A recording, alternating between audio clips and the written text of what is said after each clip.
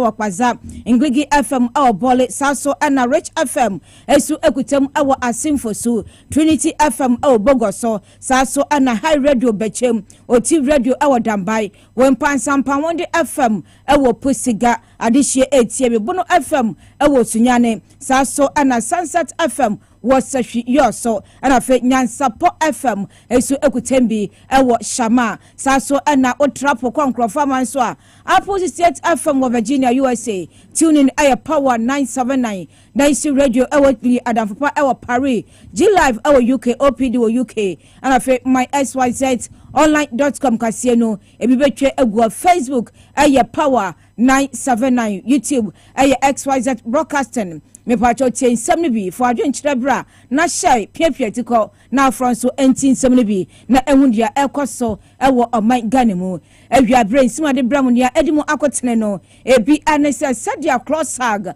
ebo amane sanka mo tie atua Ghana fa na nyina no abam papa bi ade ne nsa ne nan asifom ene o makasa mai sa atua ate no enya dia ekoso ebium sanso na acting director awada National Service Authority ano akasa de nsama to dwase alawana akam ni nyina no behwe na omatua de amamofra no sanso ana aya importers and exporters adwumako no enso ade nsem bi atugwa akyerema na sadia Ghana fo bi azisusa icons adwumako no yangunu no ese bi akyerema adwene ewo wansam no obeti ewo Kasiebo yi emu car powership Ghana enso eni aban no edin kitawudie sadia be ya eka bi ewo honom no wo mo ebetime ye free honom saso ana kopiemu awambrahye bedwafie nso a owura ahiafo ene watu anamo ne mpanyimfo bi esi nkonwa atuatu adwene ade ahwe kwanko a Ghana nhya hodo ebetimi akosoye ade aboa ye ukopiemu ewo ayensua no mensi no emu a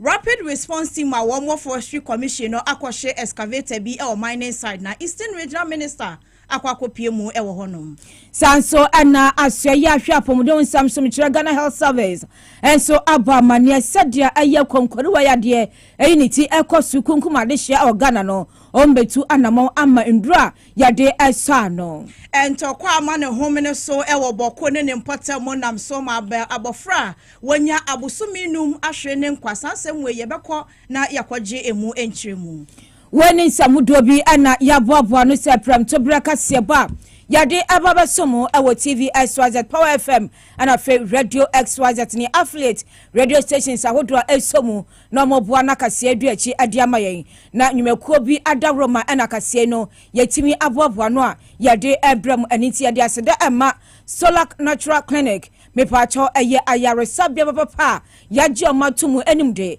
a doctor for adults ho iso nyina akwadare ewo apomudin yade papa mu iso mutimi hwe ma manfo ho etomo eniti modian so obekosa so enendro de ebusu ewo ho mfidie so bi wo ho nti ukwa ise omehwe na mudi mfidie na ka ba bia rewo bia no omatuase ade amawo ebia na uhaw eye kidney sanso ene bia liver ho nsam atochima ewo nipadua no emu anase eyawo ho nsam na ade papa ade amani nyinam se bra na omonhwe se beye na ho ebeto ntenase esanse yade bebre ho a ho aduro ewo ho a udo mawo na wonum na ise ho etimi ato me pacho from ewo 0553 932 631 na woni eye Solak Natural Clinic enkasa no mbuawo na nya hoden tenase na osu di nchirapa bi oman Ghana mu saso ana mdo ko eye Hola Savior Herbal Clinic me pacho hoso ewo Ashamai omoni Access Bank no edi animhwe me pacho Hola Sabra ebi akoko na efifi abo papa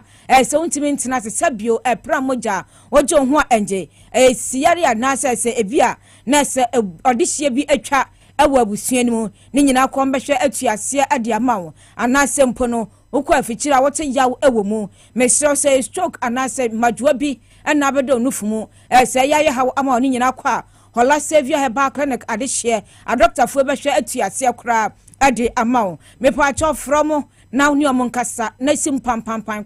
kwaji wa yarehwe mapa ewo ho from ewo 020 062 0308 020 062 0338 na so oni omo enkasa sanso ana misro ne eye fiala na sika ewo bottom akrombe de ade amawo eninti ana mesrewa se mega cash dwumadie fa ho ahyemu bi na woso watimi adi sika butuo na netisa vaze no watimi aye show na se woso wanim angu asem eninti bia wo bia modern so befa phone no na wadala star 426 star 5 hash na watwa bi mepa cho na ebetimi aboa na wodi sika pudo pesa woso wani ebeje anase obetimi akọ mega cash lucky box.com na no so watimi atwa 55 cedis akọ boxes aho no maako nsia ni nyina sika pudo hyase asadia wotibe ye bia no obetimi adi sika bum na woso wani age pant modern ntwumfum wanya mfrisha dunwotwe nko ade a woso obetimi na wodi sa agro yi ebi na atimi aboa ye pa sa so ana sedano ye dibi ema as natural mineral water insukroje insu baba pa eneyi sa opensuo ade asoma ho dwumadie bia se opensuo anum ewofia as natural mineral water modern says obehwe na wope bi anonom sa woton ni nyina as natural mineral water kire kwan na wo so hwe mepa cho benya bia to awadwumakuom ha wo ba ha ubisa che se Mr. Robert obenya bebre na ade amawo sanso na akọ mekom shop bia benwo ubenya bi ato ewo ho na afrefre se ofre na yemfa bi embrawa 0596273546 0596273546 na so onyo monkasa na ensio no wonso wonsa enkabi saso na Class House Electronics Company Limited eso ebu echidoma ya deche sakasie ebrao odofo ope electronics nyama papa ofie ayuzu de beche amawo na ne bo ewo fam dia fuani akire honom mepa church se nyoma bebre na na ho ions anase bia washing machine gas cylinder table air top fridges ni bebre na obenya bi ato ho fra 0598 902 908 na se nkrobata bebre na no mo bowura mu na so kwaju nyama papa obeyuzu ofie na ebetimi aboa mesraw ese mensaka no so no eda so ewo ho omodin afa ho hyem na entimi emboa wo efe yanya yagepiri na wiabere ya baba som no me akuya krantma na afe nana adwo akwachoa yanje bra na kasia no nsimo mu nyina no yamfa entoaso na ye shansam no asia anope yankwada nkosori a na portals ahodo bebre so se CLOGSAG efo esi omati atua ada no moti atua omo se aban akapa nipa bia oba bedom so abedi omonim na se dwumadie na akoso na so sanipa no enya de so omje ni tuma ebeye nipa ni din ani owura Samuel adom botwe ono na aban esere se ankonko na one CLOGSAG efo enkonko adwuma na so CLOGSAG achirom se opanyin je se enya de a wafa process mu se waya adwuma je se onim so modwuma yemu enti so omje ni tum so omne be ya adwuma enya de be ye nti no omoti atua ewo abanso Ghana fa na nyina na nka omonko adwuma nanso aban papa so tie ne ma asem no tie Ghana fo asem no wo akoma pase Ghana betimi akoso embre oti asempe no se dabi se sa na maka de magye mo nsem no atum nti wenko nti na mokọ ya kire de a muntwa so kura monda muni haw esanse mi owura John Dramani Mahamade me ba se oba me ba beye na Ghana atimi akoso ye eni nti oni mpanyimfo ahia sambre adwobro se abema ene CLOGSAG sa ya kire na atuache ni nyina no enya de eba so abiemu na ba no akirem se obradio betimi bia aboa na je se oya listening government etie Ghana for asem nti no obese ni bia esefata no ebetimi aya adwuma ye ade amomom eni nti nyame ya adwuma se ommehwe so mepa ni pa ofra obekọ akoda omano na se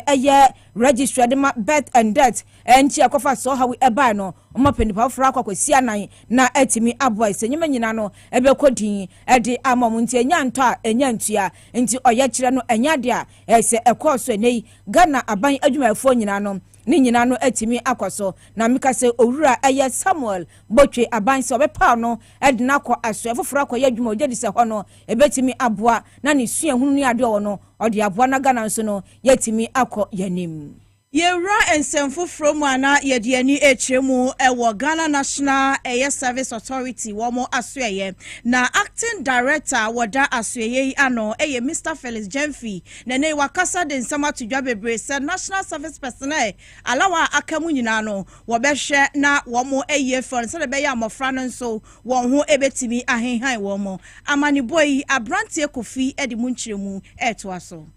General Enema National Service Authority Onimonyamfo Felix Jemfi ene friends and drop for inshimu e ma se kese ni na enam National Service Personnel sa sika akem ena fe nsemfofra ekan ho ena onimonyamfo ene tuja ochi hu se e ade a ene de yebekwawiye no na National Service Personnel sika ekemu fi afe August 2024 ebepem February bosuma yewo no na ni na aban etiasa aka no. National service persons around the country will start receiving their allowance arrears from August, September, October, November, December, and January. So I can confidently tell you that you can take President Mohammed's word for it, that this is probably going to be the last time that your allowances are going to delay. President Mohammed is going to make sure that your allowances are paid in the month that you work, and it will be on time. Enwechi osanso endi tuja ochi mu say ade a His Excellency John Dramani Mahama Nusadi hu enfa National Service jumedie woni ntino won behwe say din a ye frɛ no say ghost names a mo krata so no won behwe no mayini na efim. There are laws governing this country. When crimes are committed in this country, there are set standards or rules that must be followed to the letter of the law. Crimes have been committed or purportedly to have been committed. The investigative bodies have been engaged, they are doing their investigations. I would not like to make comments that will preempt the conclusion of these investigations. At best, what I will do will be to give you the path that we would have to follow so that we can avoid completely a reoccurrence of such a dastardly act. Enwechi osanso ene efutu ena kokobonsem ekoma Ghana yesuapon akese e wo man ni munina eho ena otwemu se yade a eye womo amegbu no wo mehwe se eyesuapon akese e wo man Ghana mu a wo mokrata eni tertiary institution ena commission hono enyade a wo mbefa safoi e wo national service ejumedie mu. If you are a school or university or college and you do not have accreditation with the Ghana Tertiary Education Commission, and you don't get it rectified by the time that we are taking the list to input them in our system, you know that all graduates or graduates from the school will not do national service. Nekrakra no ena any deputy onumanyamfo Mrs. Ruth Dela Sedo enso eni tuja ochi mu se eyade ombehwe na katasehye ne proya ekoso woni na no yamienim no kra se boni bebre akoso ewa ha, but ono nso aseye nkran aseye bose yebeye ni afix our problem enye se yede ano keke ne yede ka na chese Kofi abrantie amanebo eni kokotie ye no yanto aso na yanko anim awon sanfoforo so a na enay Importers and Exporters Association omde omano aitum esre aban se abamode anhwe na jise eye adwumaku aye from Integrated Customs Management System ese adwumaku se de bi akire sankanyin fi okra no ese adwumaku se de bi sa wo hwe eye adwumaku ya eye icons na nima ebire ho anka betimi adane danani na aboa se be na se omadwumaku no nsam nyina so no ebetimi akoye ede amomo sansem opanyo executive secretary ede ma eye Importers and Exporters Association Owura Samson aye Asaki Aringobet ono ena ode sansem atudwa esre se abane hwe na se aye icons jimadi no omo nsakremu sinto bia ho no yeyin sinchen na de betimi aboa na se omo kranuoma ebo manganam ni yini ade nyina no ehon sam atimi akoso toten ede amomom na jese yebumode ya nsaka opanyi a yene no ebetwe nkomo na yahwe nienti a okan sanse adwumakuo no na dodo no akirem so modwuma yemu no mfomso ewo ho ewo so mutimi hwe na nkeyifo na efe se bibi onso ambo a yenyu krakra mfo na adenti na nei omunyina kase abano enhwe na onye nsakrem reforms bi ewo tse eye outcomes adwumakuo no emu ebripam no ya nsaka Owura Asaki Awengobeta ya ne bekasa ewo sansemi ehun Yewra ensɛmfo from mu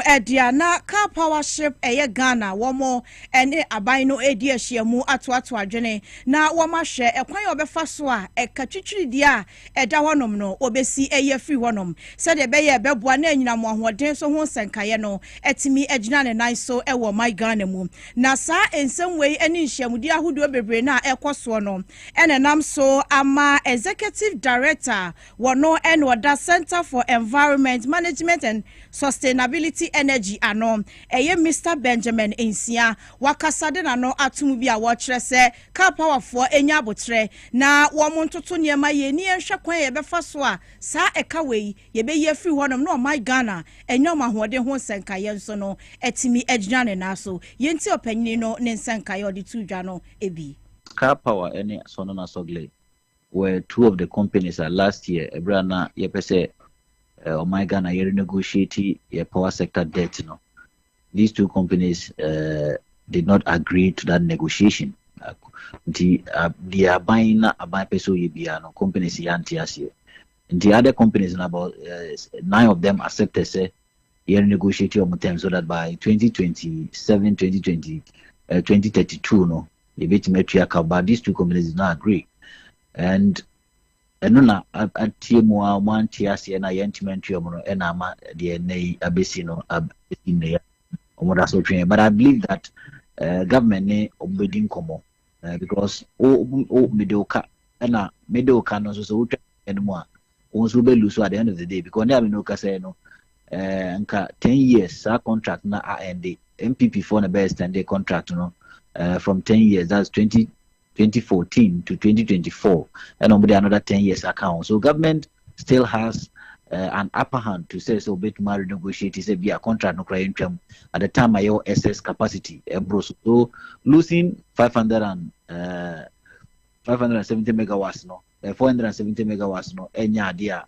any challenging to us for now. So I think that car power should also calm themselves down and know that new government number and new government nentina yehu kwan pa bit material moka nyesa na so mo koso ka so mo shut it down what the government will do no and na accord to their disadvantage because na no ka say no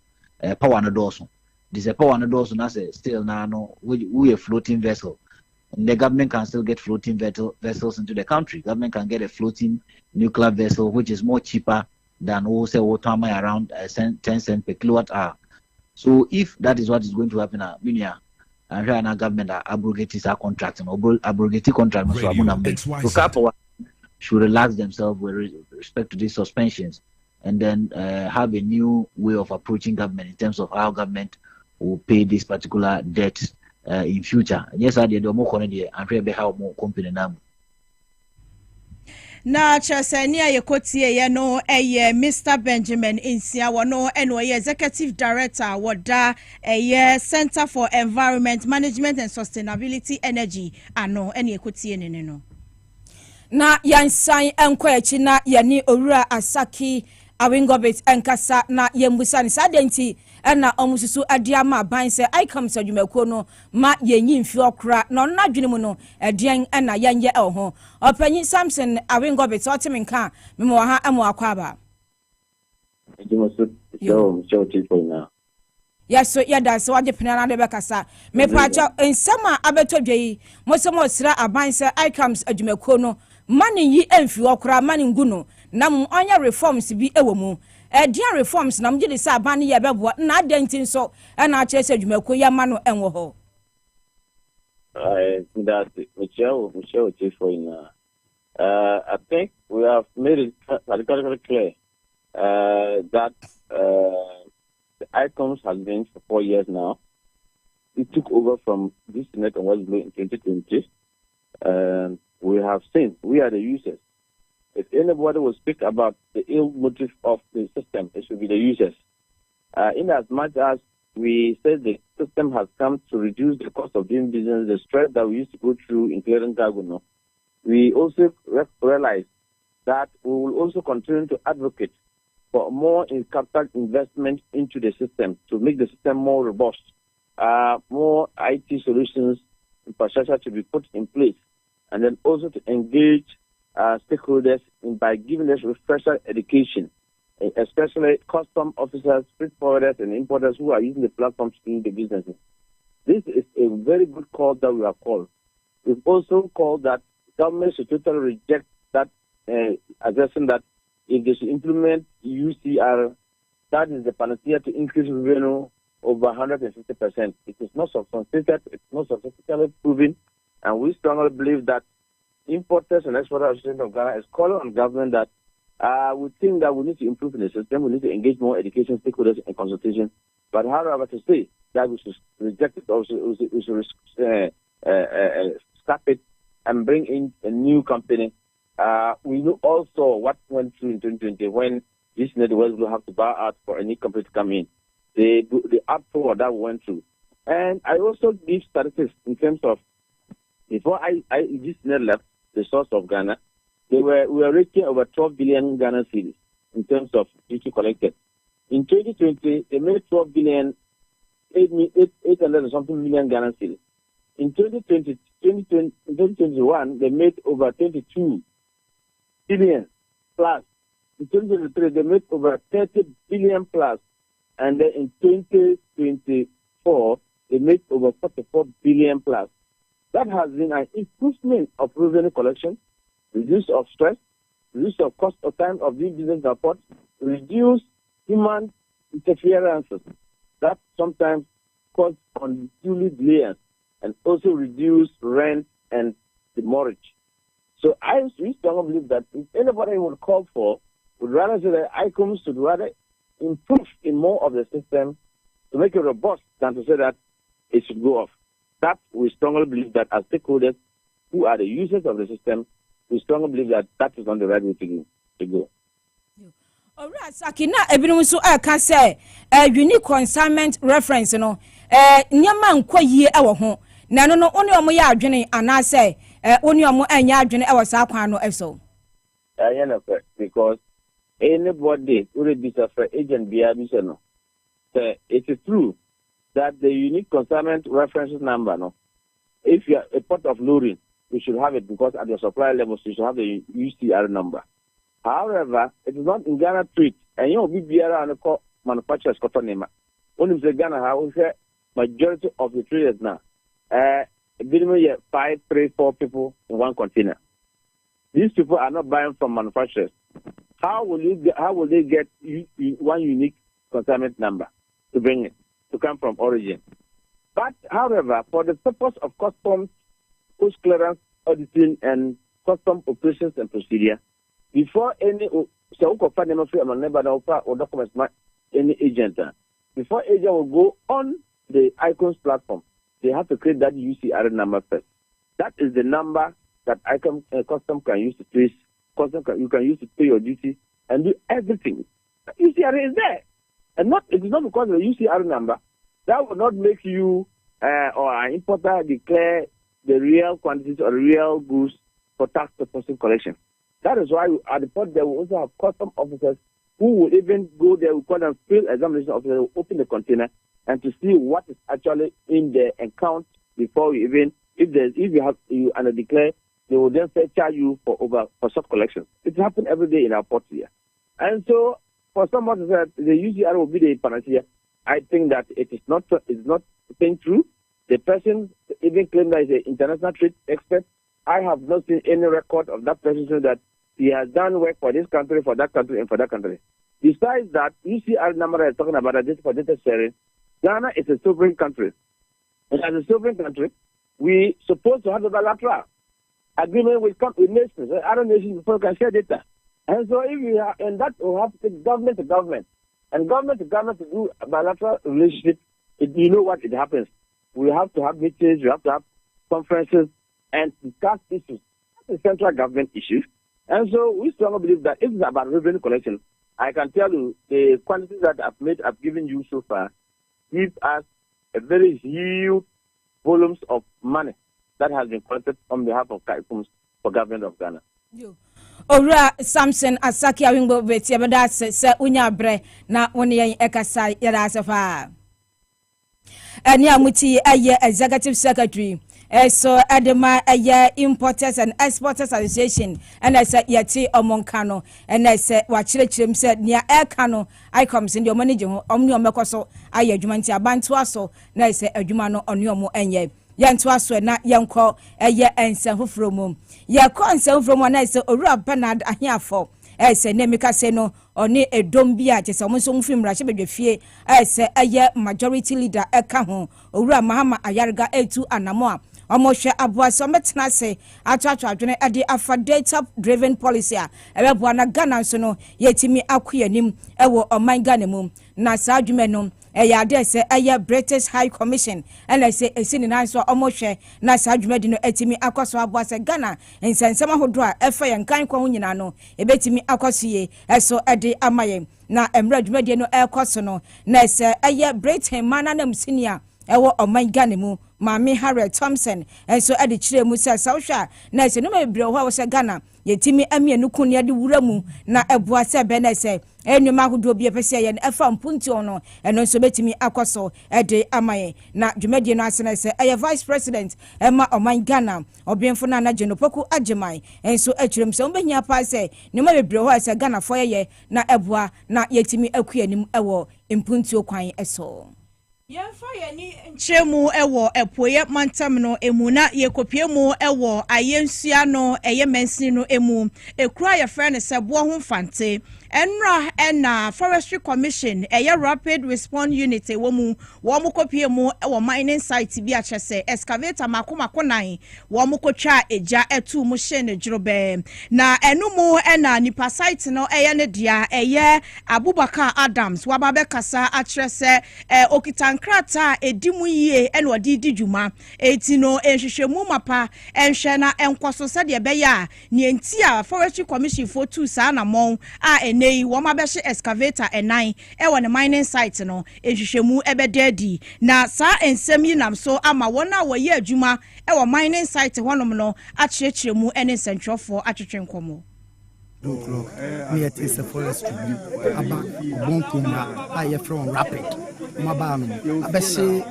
Fanti, I have no sight in your floor fancy. No, my best machine back before. And she don't name the reason why I'm to me buy our day or Beshe machine until I call it for a buying some brand, no mission. Say in Brown almost set on, no, on my busu, and Nancy Daniel, and said him because you never come in. Sir, mining Kakranka Krian away. In my answer, and Saya, the Koyano. Ahano, Yura forest here. Honya forest. I have concession. And a concession be a concession about a woman. It's a young under concession any area Juma. Fine. You say a Jumani, a bankrupt, say, baby, I'll be on make it so bad feeling. Tomorrow cry, 50 when cry, feeling the crown or car can't say a second. Never be a feeling I can. Now, because I sent a crown, honey, or Nasa, near fear. And Timmy cried Madame and watching bed 3:30. No, for say, soldiers phobia back. Site here. Inti me frame and call and be so many say no crana. Na trese adwumayefo a wo mo adwuma e mining site a say forestry commission for akwhye excavator wo hobi wo mo na wo de wonano disem etu dwa no na enu atri na epoye mantam soafo Madam Rita Akosia Ejei Awate wono so edi police dom no anim ekopie mu wo se wo de nani kwatwa mansa ekọ na wakọ akwhye said the situation e wo honom esi etie okopie mu ho no de tu dwa se Jumedia forestry commission ebedi ye no ade a wonim eho ehwe enti wode ne nan besi fom na wahwe said ye be ya enhwehwemu mapa ebetimi atodwa na bibia adeda na akwamu wode na no ebe wiye no wasade afutuo ema wona wotu efomagudie wonpotam honom se enhwehye bia ewo honom a wotu fomagudie a ebo ho ban no wo mo be hwe di sa hwehye ne so na aboa ama bibia adeda na akwamu. Any security people no abaha abehu say ampa machines ni bi ahihye ba emra so a omotutu ya ansa na yehihye machine na ye nim na unity kwa eba ha so be hye machine no ye ni ho idea bia ni aye kan kire omo nyina ne se omo chichire omo re ye ko ye be ye further investigation na ye hu unity kwa ebe ye and under what regulations and what laws people have broken over here. And a year comes to ya so ye money effort say aban ewo mra wahihya to ho se yen follow na yen fanye money yenim se forest yen remu yenim se nsuo hu nso yenye money wo se ne be ebenya nsu paso anom na afensu ye money wi a ye betimi akata so ne timi reclaim land no. Now, Eastern Regional Minister, Madam Rita Akosia Ejei Awate Nene Ena Yekokoti Yeno. Yantwaso na yanhwe apomuden ehonsam yanyinam se Ghana mensin bi eho akonkoro yare anase kwara yare no ayade a etu atesa enam sayoso na nipa bi atwe nanum ewonse do a ayare wo sempa enam sayanti ene no Ghana Health Service abama na eso mutu anamo na eso omamanduru a won pane a ebetimi abo additional ban edi efi yade eho ensam amane bode atoaso mama yentie. Na Ghana Health Service mpanimfo ba mania kyerɛ sɛ vaccination campaign ya wɔn afiti ase yi ababra ɛho hia mu esanse Ghana fo dodo no a ya ene cholera yam to yade wɔn nya bi no yade a ɛkɔ nanim papa amanebo kyerɛ sɛ kasa cases mako empem 94,000 yɛkye ɛne ya record ɛwɔ manta mako enum anka mantemo ɛka ho bie wode no egyina nkyɛn yɛ poe mantemo asante mantemo atoe mantemo ɛne emfimfim mantam no emom yɛ kasa siebu yɛnsa nipa mako bɛsɛ aduana 40 ena womonam cholera iso ahwe wodmon kwafiti breye atwi tiri ewo man egana mu na sansemi nyina immuno programs manager edema expanded program on immunization EPI of Ghana Health Service Dr. Kwame Mponsa no akasa edi afasansemi ho. If you look at what has happened in say Kaswa, the Ewutu East municipal and Takrady Western region in particular, you can tell that the vaccines really work. Because you remember we had issues when we had a lot of cases in Assam, that's Ewutu Senya. We tried to do the vaccination. We were successful. And within 1 week of starting the vaccination, we saw a quantum dip in the cases. And so we know the vaccines work. First of all, we have about 500 confirmed cases nationally. And this is historical data. Right from the time we started in August. I would say Greater Accra is contributing about 200. But essentially, we have more than 6,000 suspected cases. Yenwachi no dia futo kwa dia magana nsantwofo nyina se yenhwe obi ye yemwa na ye platforms ahodo a yegina so de kasa no yemfa nkyere ekwan a yade we fa so a eba ene miamia ahodo bi ase yandoto ye ne meyi yade ne betumi afa ho aba na aboa ma yenyina nso ye ne da ho ye hunu kwan ye besi abo ye ho ban e de afa. I would rather challenge the media to rather look at the root cause, because open defecation is a big problem. Health will always be at the receiving end. Incidentally, cholera also thrives in filth. In fact, cholera is a disease of filth. It's actually feces. It's water. It's about sanitation. We don't have the mandate to do that. So we will only try to do the education, but the responsibility of the others. We work with them all right, but I think that we should do a bit more. Na yenua amapoma checheku amanebo ena yeteni yegina no so etwie ho simateu abane eba diaka doso yede beto aso amamo.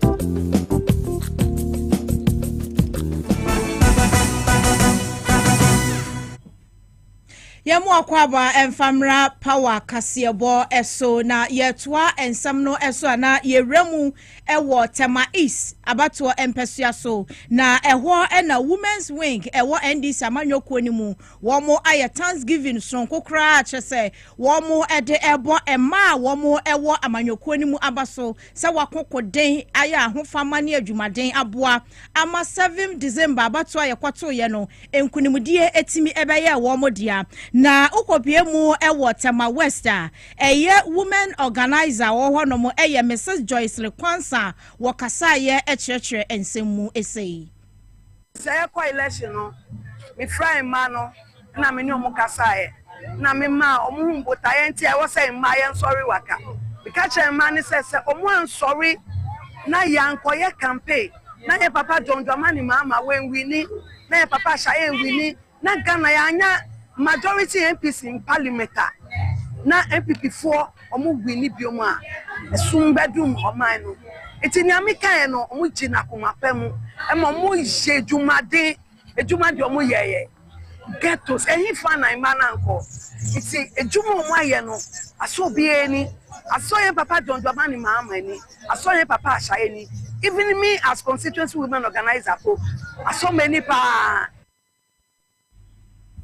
na trese ukopie mu ewo tema east ya eye constituency women organizer nene ene ekokotie ye no enu achi na mrahye bedwani de ma de hia wo mo ewo tema east eye onmanyamfo Isaac Shai oda team wono nso ekopie mu odwumedie na se edinsem sei ene ode tudwa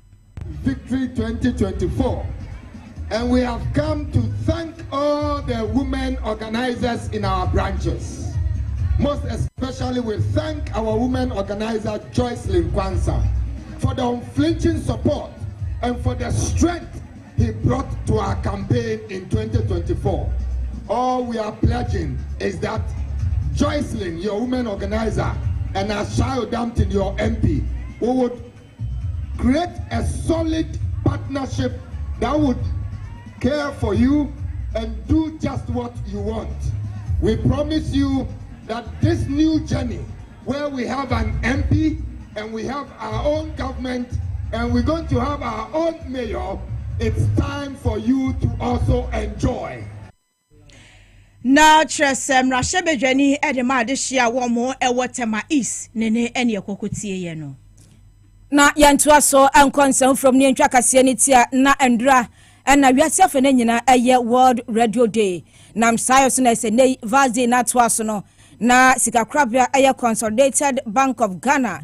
se agina kwenye so akyeredo de ama XYZ adwumako ne oma ono omo eye adwuma sansemi ama pama chicheku etoa so de amayen my Ghana eka wiase nyina ho ema World Radio Day yediye na saa da mpanifo tu de asi wo se de be ya wode ebe kaikai adwuma ya ye no ye radio adwuma na afenso wo mu adwuma ho ahye mu bi no ebe kaikai ye ho niema ne bi ebetumi enam radio so aye de aboa ma wiase etumi apema konanim na enam so bi emadwumako ya wo mudin ene Consolidated Bank Ghana wo mu so hunu hia se wone wonua no me ye adwuma radio stations ahodo wo my Ghana mu bedin kita ho ne senti enra anamonto ne ne ye yeda shronko de magana dofo ne Ghana fo nyina no wo beto anamo abepie mu e wo XYZ broadcasting ha wo mu ne abedi edayi abomo manager ya wo no ene hwenkita odiensem so de ma CBG Winifred Ashon Lamte woni yenkomodidie mu no de atodwa se wo mani aso enkita odie ya brano ye ne wo mo etu na wo mo hwe ne mu se ebekonanim na akonanim yie. We came to celebrate with you and to